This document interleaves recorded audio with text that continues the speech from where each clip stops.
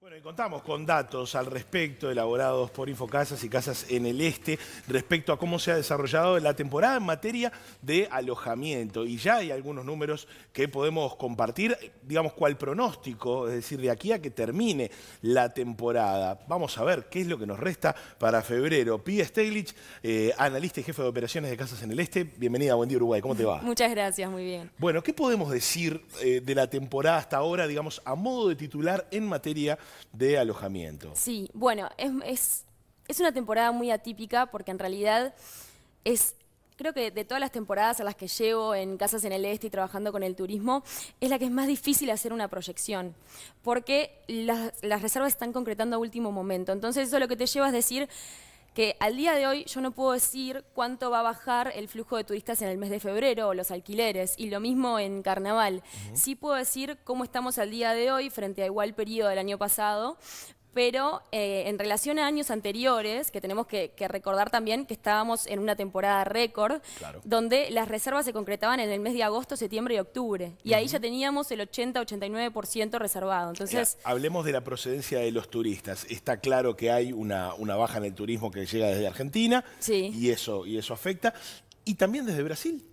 Bueno, Brasil es un tema muy particular en realidad porque en la primer quincena y sobre todo en la parte de rebelión, que va a lo que sería desde el 26 de diciembre al 6 de enero, nosotros esperábamos una baja en el público brasileño del 5% respecto a, tomando en cuenta las consultas y las reservas que veíamos en Casas en el Este y en Infocasas. Sin embargo, tuvimos un muy buen flujo de turistas y terminamos proyectando en que los valores iban a estar similares a la temporada anterior. Aquí tenemos, por ejemplo, en la ocupación por destino, tenemos una caída de 7% en el caso de Punta del Este, Sí. una caída de 3%, no parecen muy significativas quizás, pero son caídas al fin.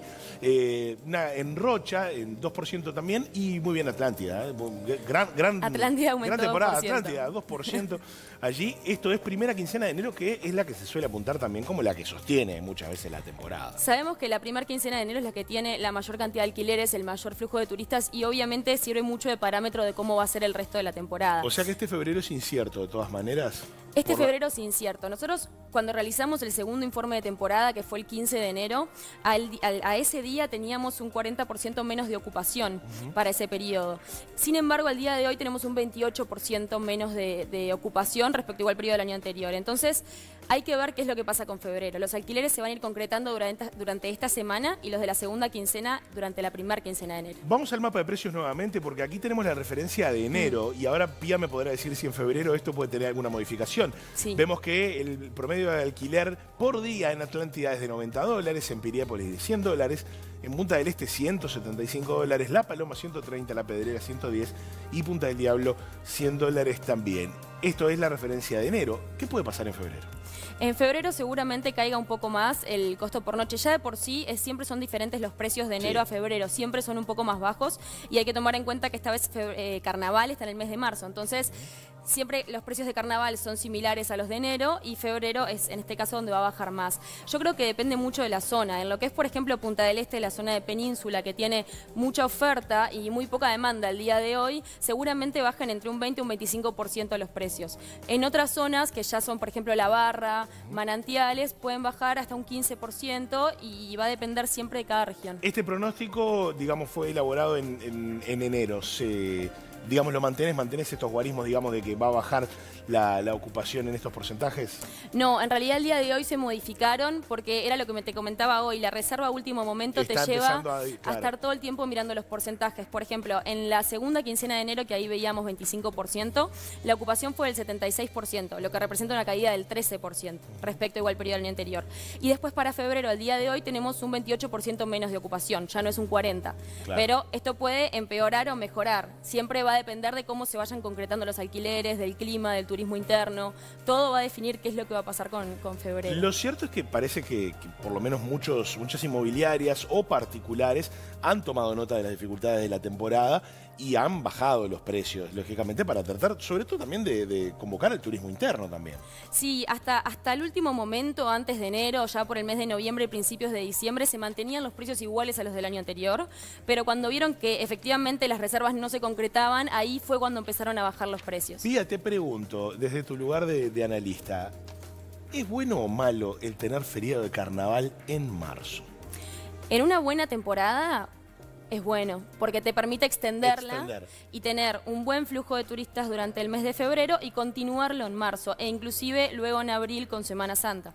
Y en este caso, yo diría que no es tan positivo, sobre todo porque también Carnaval coincide con el comienzo de clases. Exacto. Entonces, creo que los dos factores, el hecho de que no es una temporada tan buena como los 2 años anteriores y que tenemos el comienzo de clases, hace que no sea tan positivo tener Carnaval en el mes de marzo. Bien, y tenemos también, no sé si está allí en las gráficas, pero hay un pronóstico hecho por Casas en el Este respecto a la cantidad de turistas, también basado en datos oficiales y en referencia de otras temporadas.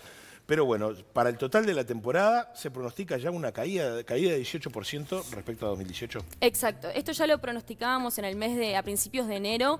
Veíamos que iba a ser el 18% la caída. Y para hacerlo en realidad tomamos en cuenta tanto consulta y tráfico en la página, pero también miramos años anteriores, desde la temporada del 2000 al día de hoy, cómo ha sido el flujo de turistas y cómo estaba la situación socioeconómica de los países vecinos.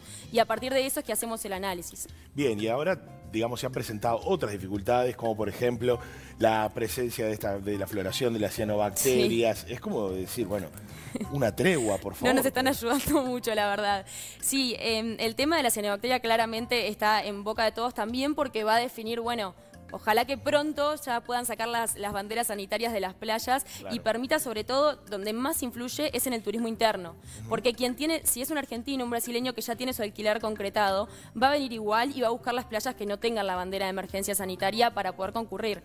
Pero en el caso del turismo interno, que puede decidir, sobre todo el dueño de la propiedad, que puede decidir si va o no va, tal vez prefiere quedarse y eso baja mucho el flujo de turistas. Y precisamente hablando de turismo interno, ¿cuánto afecta el hecho de que haya, por ejemplo, algunos destinos en la región o allende la región con promociones que los hacen más barato y más accesible, incluso que veranear en Montevideo, en Uruguay? En Uruguay, sí.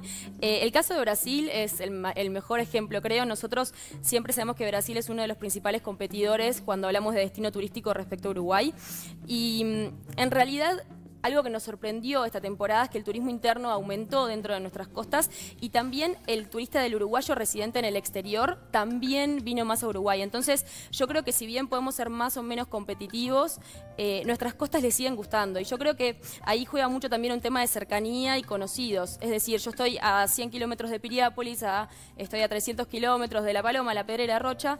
Entonces, y yo sé que cuando yo voy allá me voy a encontrar con amigos, voy a tener una barra, voy a tener familia, voy a tener conocidos. Entonces creo que esos dos factores influyen mucho en el momento de tomar una decisión.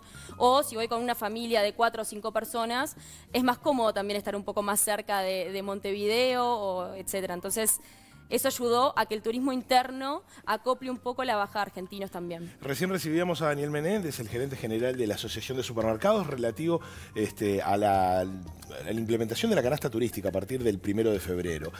El tema precios, ¿cuánto puede estar afectando, digamos, en la decisión o en la permanencia? Me refiero más que el precio del alojamiento, también el precio del día a día, el tener que ir a hacer las compras, sí, por ejemplo.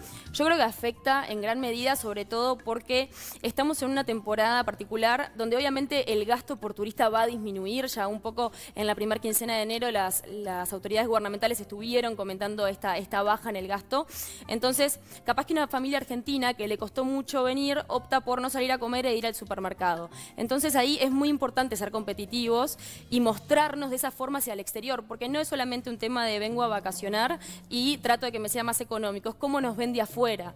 Toda la promoción que nosotros estamos haciendo, ya sea en Argentina, en Brasil, en Europa, en América del Norte, influye mucho también lo que se comenta del gasto. Entonces, creo que es muy importante tratar de, en algo tan específico como es la alimentación, etcétera, tratar de regular los precios para que sean más accesibles y ser más competitivos. Desde tu lugar de conocimiento del rubro, ¿cómo crees que se va a recordar esta temporada cuando pasen los meses y haya incluso que preparar la temporada 2020? ¿Cómo crees que se va a recordar? Una temporada muy compleja. Nosotros ahora, por ejemplo, yo estuve hablando con muchas inmobiliarias de la zona de Punta del Este, de Piriápolis y de Rocha, y sobre todo las de Punta del Este, que fue la zona más afectada esta temporada, comentaban que había sido una temporada peor a la de los puentes en Argentina. Yo no creo que sea tan así, inclusive vamos a realizar un informe analizando esto bien. Es todo también parte de una percepción. Entonces, al día de hoy, viste que siempre cuando se comenta mucho un tema y cuando se habla de la baja del turismo y cómo bajó el gasto, etcétera, también hay un tema y es que cuando toca el negocio propio duele un poco más y eso lleva a tener una percepción tal vez un poco peor. Pero personalmente no creo que sea una tan mala temporada. Lo que pasa es que también veníamos acostumbrados a 2 temporadas récords. 2006, esa fue la temporada del corte de los puentes, así que quizá haya que cotejar esos datos. Es la idea, poder hacerlo. Al día de hoy no te lo puedo decir con certeza, pero no, yo creo que es eso también y que estamos comparando con 2 muy buenas temporadas, entonces ya una baja se ve como algo bastante doloroso y a lo que ya no estábamos acostumbrados. Pía Steilich, analista de Infocasas y Casas en el Este, un placer haberte recibido en Buen Día Uruguay. Muchas gracias por invitarme. Bueno, lo que sea, que quede de la temporada, que sea bueno. Buena temporada. Por supuesto.